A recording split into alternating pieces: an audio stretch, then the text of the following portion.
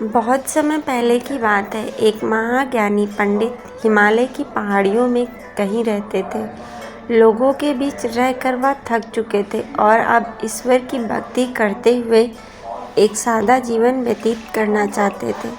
लेकिन उनकी प्रसिद्धि इतनी थी कि लोग दुर्गम पहाड़ियाँ, सकरे रास्ते, नदी, झरनों को पार करके भी उससे मिलना चाहते थे। उनका मानना था कि यह विद्वान उनकी हर समस्या का समाधान कर सकता है। इस बार भी कुछ लोग ढूंढते हुए उसकी कुटिया तक पहुँचे। पंडित जी ने उन्हें इंतज़ार करने के लिए कहा।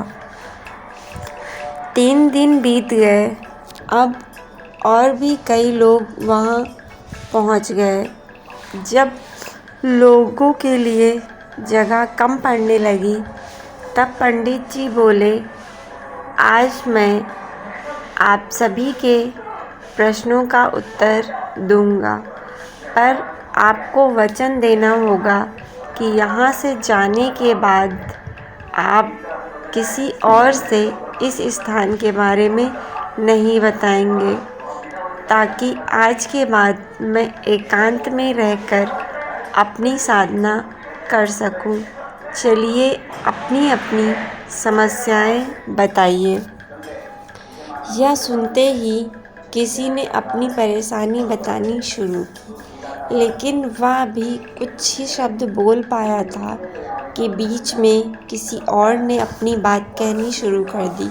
सभी जानते थे कि आज के बाद उन्हें कभी पंडित जी से बात करने का मौका नहीं मिलेगा, इसलिए वे सब जल्दी से जल्दी अपनी बात रखना चाहते थे।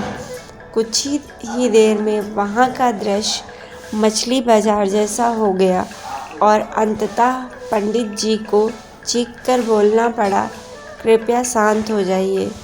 अपनी अपनी समस्याएं एक पर्चे पर लिखकर मुझे दीजिए। सभी ने अपनी अपनी समस्याएं लिखकर आगे बढ़ा दी। पंडित जी ने सारे पर्चे लिए और उन्हें एक टोकरी में डालकर मिला दिया और बोले, इस टोकरी को एक दूसरे को पास कीजिए। हर व्यक्ति एक पर्ची उठाएगा और उसे पढ़ेगा। उसके बाद उसे निर्णय लेना होगा कि क्या वो अपनी समस्या को इस समस्या से बदलना चाहता है। हर व्यक्ति एक पर्चा उठाता, उसे पढ़ता और सहम सा जाता। एक एक कर सभी ने पर्चियाँ देख ली, पर कोई भी अपनी समस्या के बदले किसी और की समस्या लेने को तैयार नहीं हुआ। सबका यही सोचना था कि उनकी अपनी समस्याएं चाहे कितनी ही बड़ी क्यों न हो, बाकी लोगों की समस्याएं जितनी गंभीर नहीं हैं। 2 घंटे बाद सभी अपनी अपनी पर्ची हाथ में लिए लौटने लगे। वे खुश थे कि उनकी समस्या उतनी भी बड़ी नहीं है जितनी कि वे सोचते थे। फ्रेंड्स, ऐसा कौन होगा जिसकी लाइफ में एक भी प्रॉब्लम ना हो। सभी के जीवन में समस्याएं हैं। कोई अपनी हेल्थ से परेशान है तो कोई लैक ऑफ वेल्थ से। हमें इस बात को एक्सेप्ट करना चाहिए कि लाइफ है तो छोटी बड़ी समस्याएं अपनी ही रहेंगी।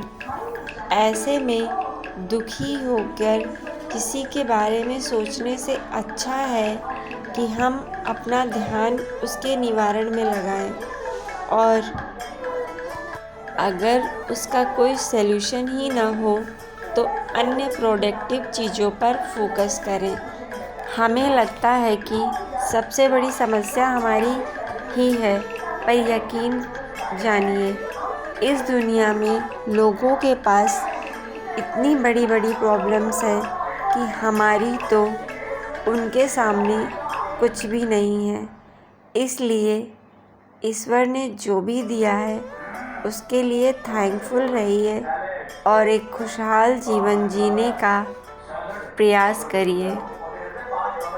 अगर आपको वीडियो अच्छी लगी हो और कहानी भी अच्छी लगी हो तो मेरे चैनल को सब्सक्राइब करें, शेयर करें। Thank you so much.